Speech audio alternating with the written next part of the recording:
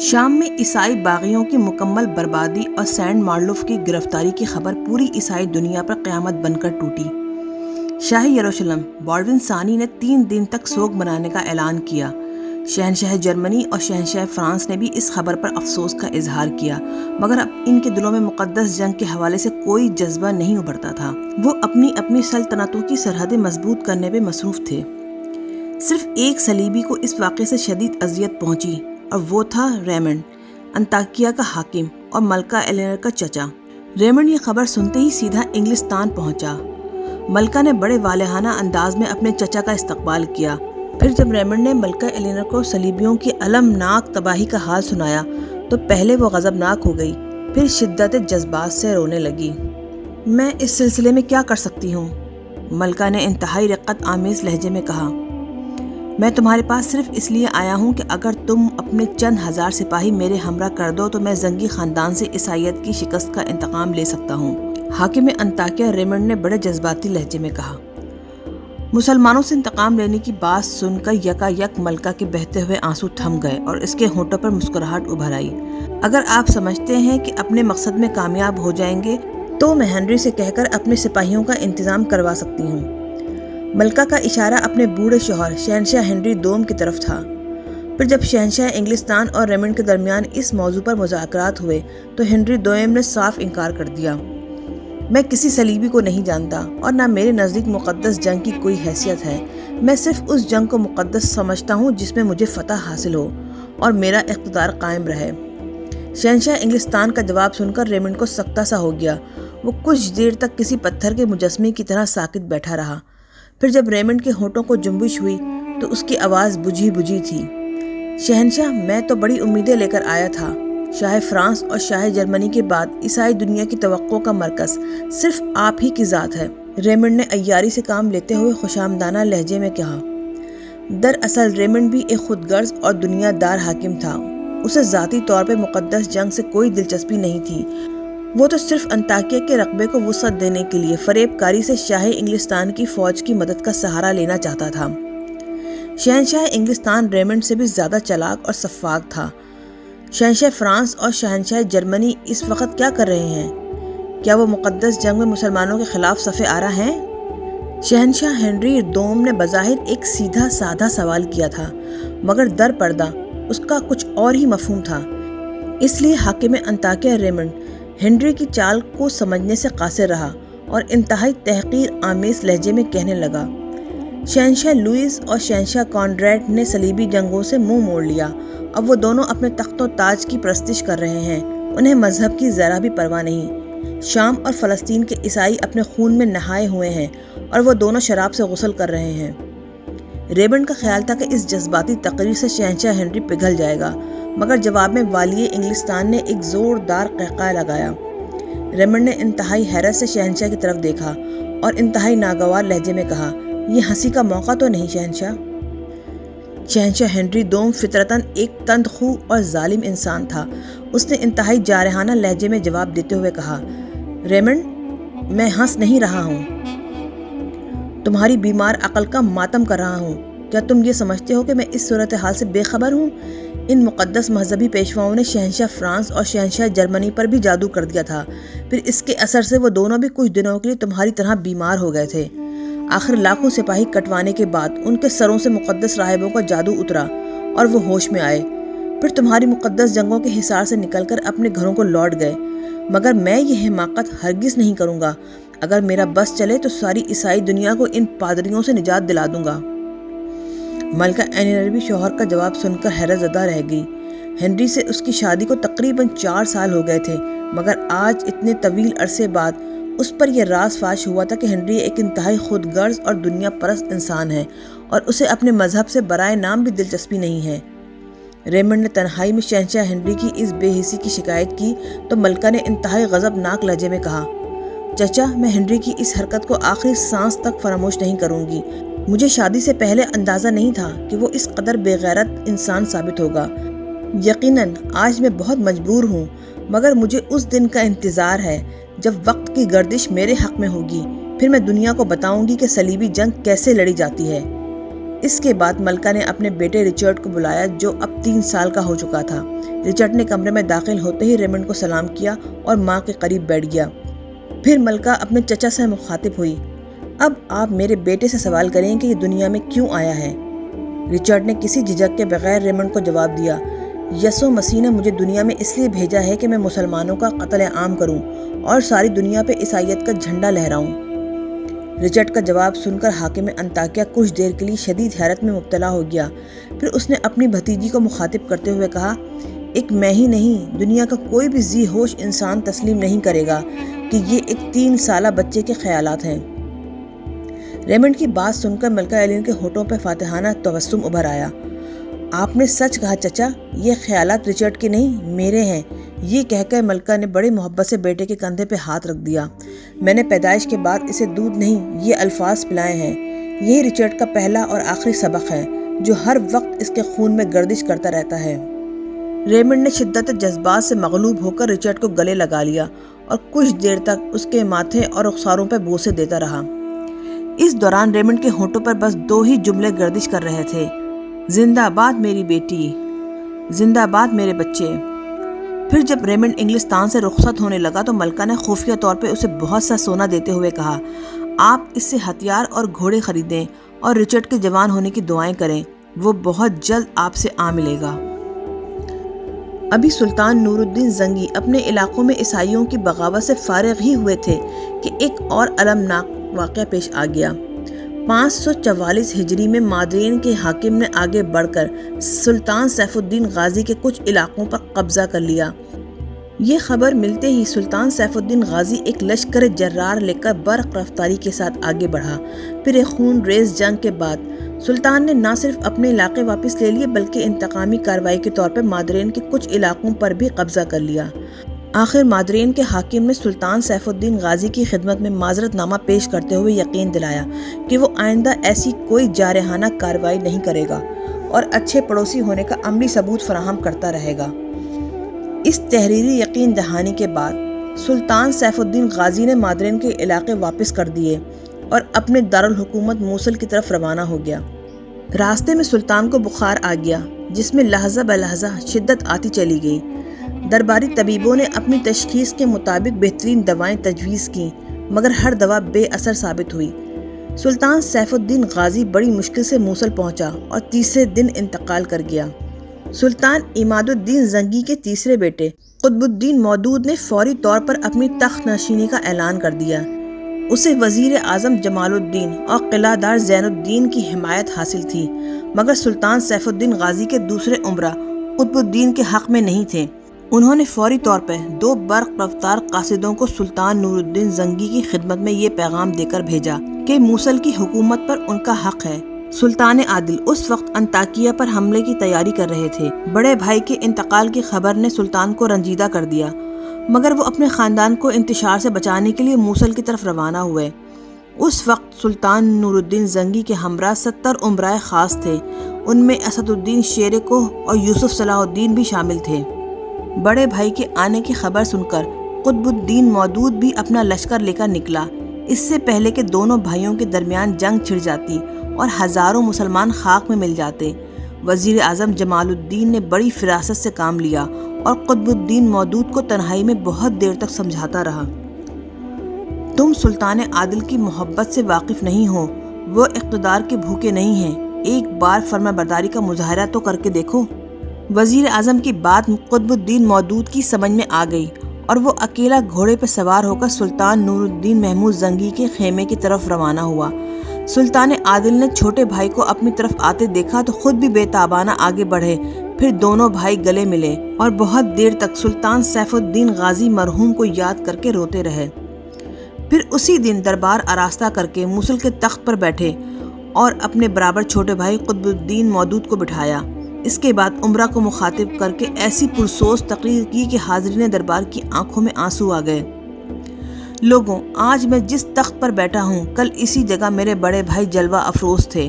تم نے دیکھ لیا حیات انسانی کیسی بے اعتبار ہے اور یہ اقتدار کتنی بے وفا شے ہے۔ اس لکڑی کے ایک چھوٹے سے ٹکڑے کو حاصل کرنے کے لیے ہم کس قدر بے رحمی کے ساتھ اپنے ہی بھائیوں کا خون بہاتے ہیں۔ اسی وحشیانہ خود غرضی نے عالم اسلام کو ہزاروں ٹکڑوں میں تقسیم کر دیا اور دنیا کی سب سے عظیم طاقت اتنی کمزور ہو گئی کہ اقوام عالم کے دلوں سے اس کا خوف جاتا رہا۔ میں تمہیں اس دن سے ڈراتا ہوں کہ تمہاری کثرت گناہ اور مسلسل نافرمانیوں کے سبب اللہ تمہاری طرف سے اپنی نظر کرم پھیر لے اور تم دنیا میں ذلیل و خوار ہو کر رہ جاؤ۔ اس کے ساتھ ہی میں اپنے چھوٹے بھائی قطب الدین مودود کو موصل کا امیر مقرر کرتا ہوں۔ اللہ اسے مخلوق خدا کی خدمت کرنے کی توفیق عطا فرمائے، اور میں ان امراء کا شکریہ ادا کرتا ہوں کہ جنہوں نے دو بھائیوں کے درمیان صلح صفائی کروا کے سرور کونین صلی اللہ علیہ وآلہ وسلم کی سنت کو زندہ کیا۔ اللہ تم سب پر اپنی رحمتیں نازل کرے۔ پھر ایک ہفتے موصل میں قیام کرنے کے بعد سلطان نور الدین زنگی شام پہنچے اور دوبارہ انطاکیہ پر حملہ کرنے کی منصوبہ بندی کرنے لگے۔ اچانک انہیں ایک اور المناک خبر ملی۔ دمشق کے وزیر اعظم امیر معین الدین نے وفات پائی۔ اس کے مرتے ہی دمشق کے نااہل حکمران امیر مجیر الدین نے حکومت کی باغ ڈور سنبھال لی۔ امیر معین الدین اسلام کا درد رکھنے والا، دور اندیش اور انتہائی لائق منتظم تھا۔ اس کی موت نے دمشق کے گرد و نواح میں بسنے والے عیسائیوں کے حوصلے بلند کر دیے اور انہوں نے حران کے علاقے کو تباہ و برباد کرنا شروع کر دیا۔ وہ کھلے عام مسلمان عورتوں اور بچوں کو گرفتار کر کے لے جاتے تھے اور پھر انہیں غلام بنا کر بازاروں میں فروخت کر دیتے تھے۔ جب سلطان نور الدین زنگی کو ان واقعات کی خبر موصول ہوئی تو وہ بہت رنجیدہ خاطر ہوئے۔ پھر فوری طور پر سلطان عادل نے ایک قاصد کو یہ پیغام دے کر امیر مجیر الدین کے پاس دمشق بھیجا: اگر ان فتنہ پرداس عیسائیوں کی سرکوبی نہیں کی گئی تو ایک دن تمہاری سلطنت بھی غیر محفوظ ہو جائے گی۔ امیر مجیر الدین نے اس مخلصانہ مشورے کو بڑی حقارت سے ٹھکرا دیا اور سلطان نور الدین زنگی کے خط کے جواب میں صاف صاف لکھ دیا کہ وہ اپنی حفاظت کرنا خوب جانتا ہے۔ امیر مجیر الدین کے جواب سے سلطان عادل کو سخت مایوسی ہوئی۔ وہ جانتے تھے کہ اگر مجیر الدین کی اصلاح نہیں کی گئی تو عیسائیوں کو دوبارہ قدم جمانے کا موقع مل جائے گا اور پھر اس پورے علاقے کی آزادی خطرے میں پڑ جائے گی۔ مجبوراً سلطان نے اپنے لشکر کو دو حصوں میں تقسیم کیا۔ ایک لشکر کی قیادت اسد الدین شہر کوہ کو سونپی اور یوسف صلاح الدین کو اس کا نائب مقرر کیا۔ پھر یہ لشکر مفسد عیسائیوں کی سرکوبی کے لیے حران کی طرف روانہ ہوا۔ دوسرے لشکر کی قیادت خود سلطان نور الدین محمود زنگی کر رہے تھے، جس کا رخ دمشق کی طرف تھا۔ سلطان عادل برق رفتاری کے ساتھ آگے بڑھتے ہوئے دمشق کے نواحی علاقے بالابک میں داخل ہو گئے، جو 2 سال سے قحط کا شکار تھا اور یہاں کے مقامی باشندے سخت عذاب میں مبتلا تھے۔ پھر عجیب بات یہ ہوئی کہ جیسے ہی سلطان عادل نے بالابک کی حدود میں قدم رکھا تو یکا یک مشرق کی سمت سے ایک گہرا سیاہ بادل اٹھا اور دیکھتے ہی دیکھتے موسلادھار بارش شروع ہو گئی۔ اس علاقے کے رہنے والوں نے سلطان نور الدین زنگی کی آمد کو نہایت مبارک سمجھا اور پانی میں بھیگتے ہوئے سلطان عادل کے دیدار کو حاضر ہوئے۔ پھر جب سلطانی لشکر آگے بڑھا تو بالابک کے باشندوں کے ہونٹوں پر بس ایک ہی دعا تھی: اے اللہ، تو امیر مجیر الدین کو برباد کر اور سلطان نور الدین کو فتح و نصرت سے ہمکنار کر کے ہمیں ایسے ہی مہربان اور عادل حکمران کی ضرورت ہے۔ جیسے ہی امیر مجیر الدین کو سلطانی لشکر کے آنے کی خبر ملی تو اس نے ایک نہایت گستاخانہ خط نور الدین زنگی کے نام تحریر کیا: تمہارے حق میں یہی بہتر ہے کہ تم بلا تاخیر واپس چلے جاؤ، ورنہ ہماری شمشیریں اور نیزیں تمہارا استقبال کریں گی اور تمہیں شکست و نامرادی کے سوا کچھ حاصل نہ ہوگا۔ امیر مجیر الدین کا خط پڑھ کر سلطان عادل کو سخت غصہ آیا، مگر انہوں نے بے مثال ضبط و تحمل کا مظاہرہ کیا۔ اگر وہ چاہتے تو چند روز میں دمشق کی اینٹ سے اینٹ بجا دیتے، لیکن انہوں نے مسلح تصادم کے بجائے مذاکرات کو ترجیح دیتے ہوئے جوابی خط تحریر کیا: تم خود میرے پاس آؤ یا اپنے کسی معتبر امیر کو بھیج دو کہ ہم دونوں مل کر سلامتی کا کوئی راستہ اختیار کریں۔ امیر مجیر الدین نے سلطان عادل کے جواب کو والی شام کی کمزوری سمجھا اور فوراً دوسرا خط لکھا: ہم اپنے الفاظ واپس نہیں لیتے، ایک بار جو کہہ دیا سو کہہ دیا، تمہاری سلامتی اسی میں ہے کہ الٹے قدموں لوٹ جاؤ۔ مجبوراً سلطان نور الدین زنگی نے آگے بڑھ کر پورے دمشق کا محاصرہ کر لیا۔ پھر اس قدر دباؤ بڑھایا کہ امیر مجیر الدین نے گھٹنے ٹیک دیے اور سلطان عادل سے صلح کی درخواست کی۔ سلطان نور الدین زنگی نے اپنی طرف سے صلح کی 2 شرائط پیش کی۔ پہلی یہ کہ امیر مجیر الدین اپنے ہاتھ سے صلح نامہ تحریر کرے اور دوسری یہ کہ صلح کی درخواست لے کر وہ خود سلطان کی خدمت میں حاضر ہو۔ وہ بڑا ذلت آمیز منظر تھا کہ جب امیر مجیر الدین اپنے چند محافظوں کے ساتھ صلح نامہ ہاتھ میں لیے ہوئے سلطان کے خیمے میں داخل ہوا۔ پھر کچھ دیر بعد سلطان نور الدین زنگی دمشق کے تخت پر جلوہ افروز ہوئے۔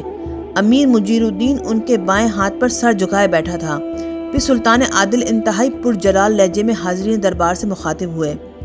میں نے والی دمشق کی تمام گستاخیوں کو معاف کرتے ہوئے صلاح و سلامتی کا راستہ صرف اس لیے اختیار کیا کہ اہل ایمان کا خون زمین پر نہ گرے، جو میری نظر میں دنیا کی ہر شے سے زیادہ قیمتی ہے۔ اس کے بعد سلطان نور الدین اور امیر مجیر الدین کے درمیان مندرجہ ذیل معاہدہ طے پایا، جس کے مطابق جامع مسجد دمشق میں خلیفہ بغداد اور سلطان مسعود سلجوقی کے ناموں کے بعد خطبوں میں سلطان نور الدین محمود زنگی کا نام بھی پڑھا جائے گا۔ اس کے علاوہ تمام فوجی افسروں کا تقرر سلطان عادل کی منظوری سے ہوا کرے گا اور انہی کے نام کا سکہ دمشق میں رائج کیا جائے گا۔ صرف مالی انتظامات امیر مجیر الدین کے پاس رہیں گے۔ اس معاہدے کے بعد سلطان نور الدین محمود زنگی خون کا ایک قطرہ بہائے بغیر حلب واپس آ گئے۔ پھر جب دوسرے دن حلب کا دربار آراستہ تھا تو اسد الدین شہرکو اور یوسف صلاح الدین اس خوشخبری کے ساتھ داخل ہوئے کہ حران میں عیسائیوں کی فتنہ پردازیوں کا ہمیشہ کے لیے خاتمہ کر دیا گیا۔ یہ اتنی بڑی خبر تھی کہ سلطان عادل شدت جذبات میں تخت سے نیچے اتر آئے اور والہانہ انداز میں اسد الدین شہرکو کی پیشانی کو بوسہ دیا، پھر یوسف کے ماتھے کو چوما جہاں شمشیر کے کئی زخم نمایاں تھے۔ سلطان نور الدین محمود زنگی نے بڑے جذب و کیف کے عالم میں کہا، معزز اور سربلند ہے وہ پیشانی جو حق کے راستے میں کھائے ہوئے زخموں سے سجائی جائے۔ یوسف صلاح الدین کا یہ دوسرا جنگی کارنامہ تھا۔ حران کے عیسائیوں کا خاتمہ کرنے میں یوسف نے اپنے چچا کے ساتھ مل کر جو کارنامہ انجام دیا تھا، اس نے یوسف کو سلطان کی نگاہ میں عزیز تر بنا دیا تھا۔ انصاف پسند معزز درباری امرا جن کے سینے جذبات حسد سے پاک تھے، وہ بھی یہ اعتراف کرنے پر مجبور ہو گئے تھے کہ سلطان عادل کا انتخاب درست تھا۔ یوسف کا باپ نجم الدین ایوب بھی بہت خوش تھا، مگر کبھی کبھی اس زمانے کو یاد کر کے دل ہی دل میں شرمندہ ہو جاتا تھا جب وہ یوسف کی پیدائش کو منحوس سمجھتا تھا اور اب وہی بچہ اپنے باپ کے لیے مبارک ثابت ہوتا جا رہا تھا۔ دمشق سے حلب پہنچنے کے بعد یوسف صلاح الدین سب سے پہلے اپنی والدہ زبیدہ کی قدم بوسی کو حاضر ہوا، پھر بے شمار دعاؤں کے سائے میں اپنے استاد گرامی قاضی ابن ارسوں کی درسگاہ میں حاضر ہوا۔ اس وقت قاضی صاحب چند علم دوز معززین شہر کے ساتھ اپنی مسند پر تشریف فرما تھے۔ جیسے ہی یوسف درسگاہ میں داخل ہوا، قاضی ابن ارسوں اپنی نشست پر کھڑے ہو گئے۔ حاضرین درسگاہ کے لیے قاضی صاحب کا یہ عمل شدید حیرت کا باعث تھا۔ قاضی ابن ارسوں سلطان نور الدین محمود زنگی کے علاوہ بڑی سے بڑی شخصیت کے احترام میں بھی کھڑے نہیں ہوتے تھے۔ خود یوسف کو بھی اپنے استاد گرامی کے اس انداز پر بڑا تعجب تھا۔ قاضی ابن ارسوں بڑے والہانہ انداز میں اپنے شاگرد سے ملے، پہلے یوسف کو گلے لگایا، پھر اس کی کشادہ پیشانی کو جن پر زخموں کے کئی نشان تھے محبت آمیز نظروں سے دیکھتے رہے، پھر یوسف کے ماتھے کو بوسہ دیتے ہوئے فرمایا، سبحان اللہ، کیسا نور ہے جو اس درسگاہ کے بام و در کو روشن کر رہا ہے۔ پھر یوسف صلاح الدین کو مسند پر اپنے قریب بٹھایا اور حاضرین مجلس کو نہایت اثر انگیز لہجے میں مخاطب کرتے ہوئے کہا، میں اپنے شاگرد یوسف کے نہیں، ایک مرد مجاہد کے احترام میں کھڑا ہوا تھا۔ ہم لوگ تو گوشہ نشین ہیں جو کتابوں کے اوراق الٹتے رہتے ہیں، اور یہ مجاہدین کفار کی صفوں کو الٹتے رہتے ہیں۔ دونوں کاموں میں بڑا فرق ہے۔ یہ کہہ کر قاضی ابن ارسوں نے حاضرین درسگاہ کو سرور کونین حضور اکرم صلی اللہ علیہ وآلہ وسلم کی ایک حدیث مبارکہ سنائی، جس کا کم و بیش مفہوم کچھ اس طرح ہے، اسلامی سلطنت کی سرحدوں کی حفاظت میں پہرا دینے والے مرد مجاہد کی ایک رات گوشہ نشینی زاہدوں کی 100 سالہ عبادت سے بہتر ہے۔ قاضی ابن ارسوں کی خدمت میں حاضری دینے کے بعد یوسف اس حجرے پہ پہنچا جہاں شاریہ دن رات عبادت اور تلاوت میں مصروف رہتی تھی۔ یوسف نے دروازے پر دستک دی۔ شاریہ اس وقت اپنے فرشی بستر پر دراز تھی۔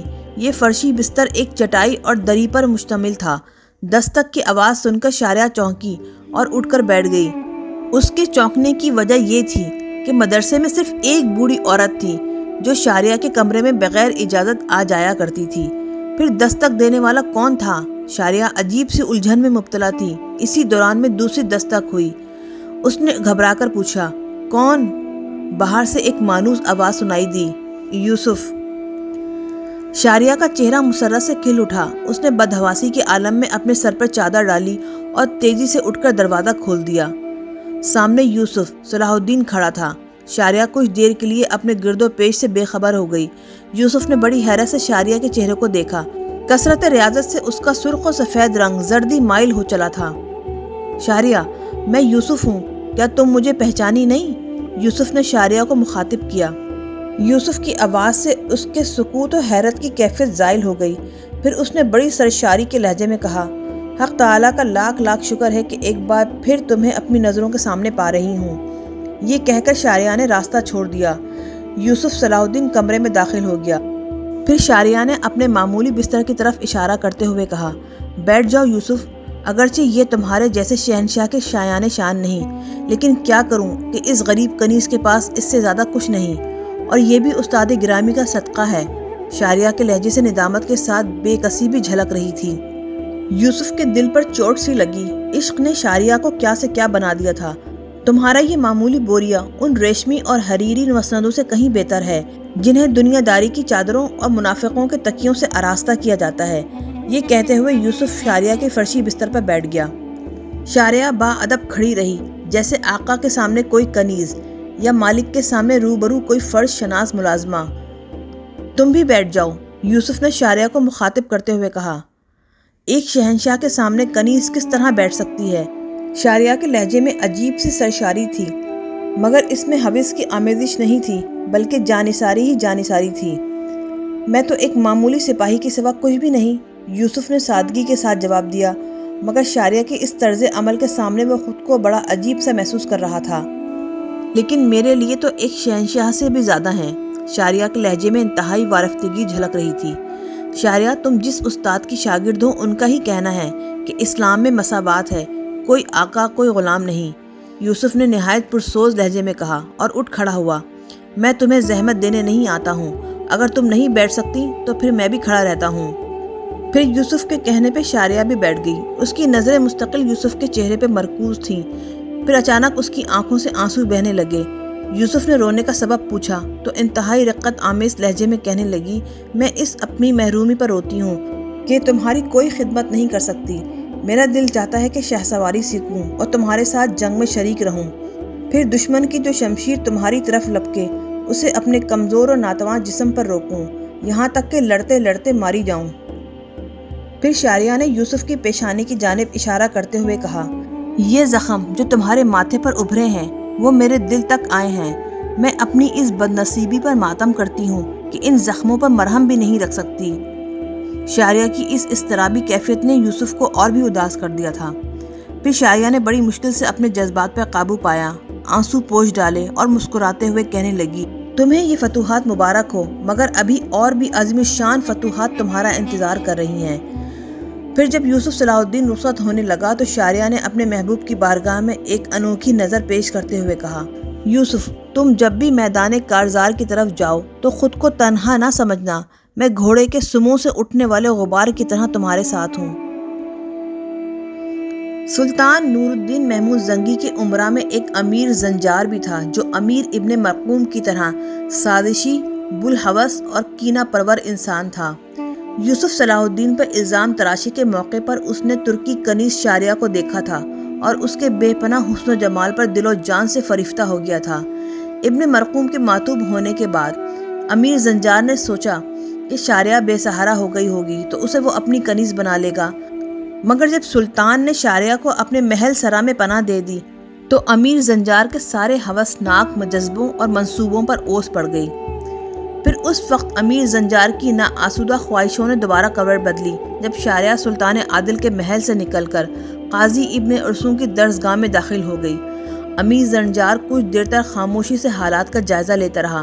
پھر ایک دن وہ قاضی ابن ارسطو کی درسگاہ میں داخل ہوا اور شاریہ کی بے چارگی پر اپنی ریاکارانہ ہمدردی کا اظہار کرنے لگا۔ قاضی صاحب، یقیناً اس بے سہارا لڑکی کے ساتھ بڑا ظلم ہوا ہے، اگر آپ حکم دیں تو میں اس کی تلافی کر دوں۔ قاضی ابن ارسطو نے حیرت سے امیر زنجار کی طرف دیکھا، تم اس لڑکی کی مدد کس طرح کرنا چاہتے ہو؟ میں چاہتا ہوں کہ وہ آپ کے مدرسے پر بوجھ نہ بنے، امیر زنجار نے بڑی عیاری کے ساتھ اپنا مدعا بیان کرتے ہوئے کہا، اس لیے میں نے سوچا ہے کہ اسے اپنی کنیز بنا لوں تاکہ وہ عیش و آرام کی زندگی گزار سکے۔ امیر زنجار کی بات سن کر قاضی ابن ارسطو کے چہرے پر ناگواری کا رنگ ابھر آیا۔ اگر وہ عیش و آرام کی طلبگار ہوتی تو دربار سلطانی چھوڑ کر ایک فقیر کے مدرسے میں کیوں آتی؟ اسے کسی کی غلامی کی آرزو نہیں، عزت و سکون کی تلاش ہے۔ میں سمجھتا تھا کہ تم اسے شادی کر کے ایک مسلمان عورت کو باوقار زندگی دینا چاہتے ہو۔ امیر زنجار کا منصوبہ ناکام ہو چکا تھا، مگر اس کے شاطر ذہن نے چند لمحوں میں نئی ترکیب سوچ لی تھی۔ اگر وہ مجھ سے شادی کرنے پر رضامند ہے تو میں اس کے لیے بھی تیار ہوں۔ امیر زنجار کے جواب نے قاضی ابن ارسطو کو مطمئن کر دیا۔ میں شاریہ کے سامنے تمہاری اس خواہش کا ذکر کروں گا۔ اگر وہ راضی ہو گئی تو اس طرح ایک اچھی رسم کی بنیاد پڑ جائے گی اور حق تعالیٰ تمہیں اس حسن نیت کا بہترین صلہ عطا کرے گا۔ امیر زنجار کو یقین تھا کہ ترکی کنیز اس شادی کی پیشکش کے جواب میں اس قدر خوش ہوگی کہ وہ اپنا سر اس کے قدموں پر رکھ دے گی، اور پھر یکا یک ایک شیطان مسکراہٹ امیر زنجار کے ہونٹوں پہ ابھر آئی۔ اور پھر کیا ہوگا؟ کچھ دن بعد مہر کی رقم ادا کر کے اسے طلاق دے دوں گا، امیر زنجار نے خود کلامی کے انداز میں کہا۔ پھر جب قاضی ابن ارسطو نے شاریہ کو امیر زنجار کی طرف سے شادی کا پیغام دیا تو وہ کچھ دیر کے لیے ساکت ہو کر رہ گئی۔ شاریہ کی یہ کیفیت دیکھ کر قاضی ابن ارسطو سمجھے کہ اسے اس پیشکش پہ یقین نہیں آ رہا ہے۔ انہوں نے شاریہ کی بے یقینی کو دور کرنے کے لیے محبت آمیز لہجے میں کہا، پہلے مجھے بھی امیر زنجار کی بات سن کر شدید حیرت ہوئی تھی، مگر اب اندازہ ہوا کہ وہ ایک شریف انسان ہے۔ استاد محترم کی زبان سے امیر زنجار کی تعریف سن کر شاریہ سنبھل گئی اور انتہائی ادب کے ساتھ عرض کرنے لگی، امیر زنجار فرشتہ صفت ہی کیوں نہ ہو، شادی میری زندگی کا مقصد نہیں ہے۔ قاضی ابن ارسطو شاریہ کی بات سن کر چونک اٹھے اور پھر شادی کے سلسلے میں شرعی احکام سمجھانے لگے۔ عورت ہو یا مرد، دونوں کے لیے تنہا زندگی ہمیشہ خطرات سے بھری رہتی ہے، اور تم جیسی بے یار و مددگار عورت کے لیے اس سے بہتر سہارا ممکن نہیں۔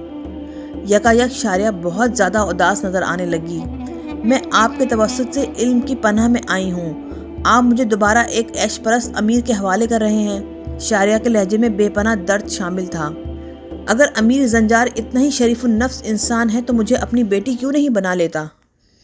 اگر کسی کو میری غربت کا اتنا ہی احساس ہے تو میری کفالت کے لیے وظیفہ مقرر کیوں نہیں کر دیتا؟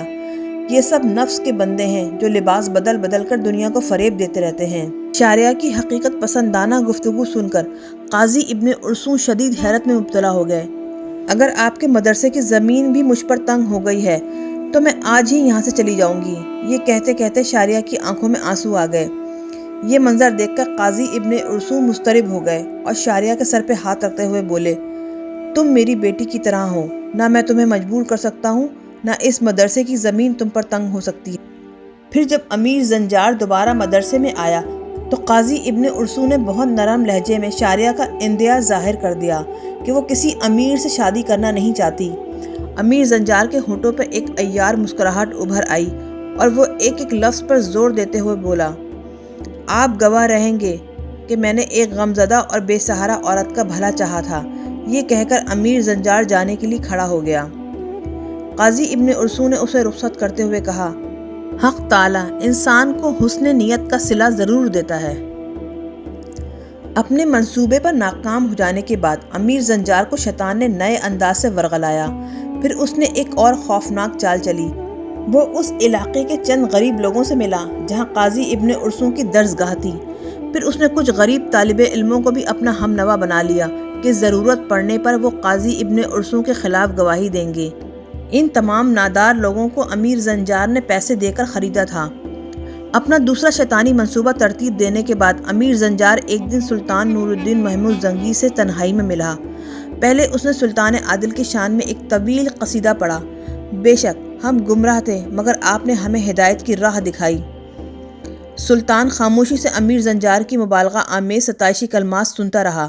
پھر جب عیار امیر خاموش ہوا تو سلطان عادل نے پرجوش لہجے میں کہا، تمام تعریفیں اور بڑھائیاں صرف اللہ کے لیے ہیں اور وہی انسانوں کو ہدایت دیتا ہے، مگر آج تمہیں اس تعریف کی کیا ضرورت پیش آ گئی؟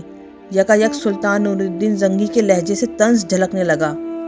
سلطان کی ذہانت اور فراست نے اندازہ کر لیا تھا کہ امیر زنجار کی یہ خوشامدانہ گفتگو بے سبب نہیں ہے، یقیناً وہ کوئی مقصد لے کر آیا ہے۔ سلطان عادل نے مجھے سب سے زیادہ نازک ذمہ داری سونپی ہے کہ میں آپ کو عوامی رائے سے آگاہ کرتا رہوں۔ امیر زنجار نے بڑے عاجزانہ لہجے میں کہا۔ وہ سلطان نور الدین محمود زنگی کے شعبہ جاسوسی کا ایک افسر تھا۔ اس منصب پر 3 اور معتبر افراد بھی فائز تھے۔ امیر زنجار نے اپنے اسی عہدے سے فائدہ اٹھانے کی کوشش کی تھی۔ میں جانتا ہوں، تم اپنا مدعا بیان کرو، سلطان نے پرجلال لہجے میں کہا۔ قاضی ابن ارسوں کی وجہ سے کچھ لوگوں میں بدگمانیاں پیدا ہو رہی ہیں۔ آخر بہت سوچ سمجھ کر امیر زنجار نے پہلی چال چل دی اور سلطان نور الدین زنگی کے چہرے پر اپنی چال کا رد عمل تلاش کرنے لگا۔ کیسی بدگمانی؟ ایک لمحے میں سلطان عادل کے چہرے کا رنگ بدل گیا۔ کیا کوئی مذہبی معاملہ ہے؟ مذہب سے اس کا تعلق ہے بھی اور نہیں بھی۔ امیر زنجار لفظ چبا چبا کر بول رہا تھا۔ عام طور پر یہ طرز گفتگو عیاری اور شرارت کا غماز ہوتا ہے۔ مقامی لوگوں اور کچھ طالب علموں کو قاضی صاحب کے اس عمل پر اعتراض ہے کہ انہوں نے اپنی درسگاہ میں ایک خوبصورت کنیز کو رکھا ہے، جہاں ان کا ایک شاگرد اور آپ کا مصاحب خاص یوسف اس کنیز سے ملنے کے لیے بلا ناغہ آتا ہے۔ محلے کے لوگ آپ کے روب و جلال کی وجہ سے خاموش رہتے ہیں، ورنہ حقیقت یہ ہے کہ اس سے منصب قضا بھی بدنام ہو رہی ہے اور دینی درسگاہ کا تقدس بھی، اور سب سے بڑھ کر یہ کہ سلطان عادل کے دور اقتدار میں یہ ناانصافی کیوں؟ امیر زنجار کی گفتگو سن کر سلطان نور الدین زنگی کے چہرے پہ فکر و تشویش کا رنگ ابھر آیا۔ امیر زنجار کے خیال کے مطابق اس نے قاضی ابن ارسوں کی بے داغ قبا کے دامن میں ایک انگارہ ڈال دیا تھا۔ پھر اس انگارے کو دہکانے کے لیے امیر زنجار نے اپنے غلیظ دامن کی ہوا دینے کی کوشش کی۔ ابھی تو کچھ لوگ سرگوشیوں میں باتیں کر رہے ہیں، کل یہی زبانیں سر عام کھلیں گی اور پھر دیکھتے ہی دیکھتے نقارہ بن جائیں گی۔ قاضی ابن ارسوں اور یوسف صلاح الدین میں دست انصاف کی پہنچ سے دور نہیں ہیں۔ سلطان عادل کے لہجے سے جلال ایمانی جھلک رہا تھا۔ جب عدالت عالیہ ہم سے باز پرس کر سکتی ہے تو کوئی شخص بھی قانون سے بالاتر نہیں، چاہے وہ کتنا ہی محترم ہو۔ سلطان نور الدین محمود زنگی کے خلوت گاہ سے نکل کر وہ فتنہ گر امیر نجم الدین ایوب اور اسد الدین شہر کوہ کے پاس پہنچا اور اس نے اپنی چرب زبانی سے یہاں بھی آگ لگا دی۔ میں خود بھی عزت دار ہوں اور عزت داروں کو رسوائی سے بچانا اپنا فرض سمجھتا ہوں۔ نجم الدین ایوب اور اسد الدین سے بات کرتے ہوئے امیر زنجار کا لہجہ بہت ہمدردانہ تھا۔ تمہارا جذباتی بیٹا اور نوجوان بھتیجا اس خوبصورت کنیز کے دام میں پھنس گیا ہے۔ امیر زنجار کے اس انکشاف پر نجم الدین ایوب اور اسد الدین کی آنکھیں حیرت سے کھلی کی کھلی رہ گئیں۔ اپنے منصوبے کو کامیابی سے ہمکنار ہوتا دیکھ کر امیر زنجار کے فتنہ گر ذہن نے ایک اور کروٹ لی۔ اس میں یوسف صلاح الدین کا کوئی قصور نہیں، وہ تو ابھی نوعمر ہے اور عورتوں کی چالوں کو نہیں سمجھتا۔ وہ ترکی کنیز بہت شاطر ہے۔ جب اسے یہ معلوم ہوا کہ یوسف قاضی ابن ارسوں کا شاگرد ہے اور پابندی سے مدرسے جاتا ہے تو شارعہ بھی تعلیم حاصل کرنے کے بہانے قاضی صاحب کی درسگاہ جا پہنچی۔ اس طرح دونوں کی ملاقات کے راستے میں کوئی رکاوٹ نہیں رہی۔ آپ حضرات خود ہی سوچیں، آج تک کسی کنیز نے تعلیم حاصل کی ہے؟ عورت کے ہر بال میں ایک فریب چھپا ہوتا ہے اور شارعہ سر سے پاؤں تک فریب ہے۔ اپنی نیک نامی کو بچانے کی فوری تدبیر کریں، ورنہ یہ معزز خاندان سلطان عادل کی نظروں سے گر بھی سکتا ہے۔ امیر زنجار نجم الدین ایوب کے گھر آگ لگا کر رخصت ہوا۔ اب اسے پورا یقین تھا کہ چند روز میں شارعہ قاضی ابن ارسوں کے مدرسے سے نکال دی جائے گی، پھر اس کے سر پہ کوئی سائبان نہیں رہے گا۔ مسائل کی دھوپ اسے جلا ڈالے گی اور پھر وہ اس کی پناہ میں آ جائے گی۔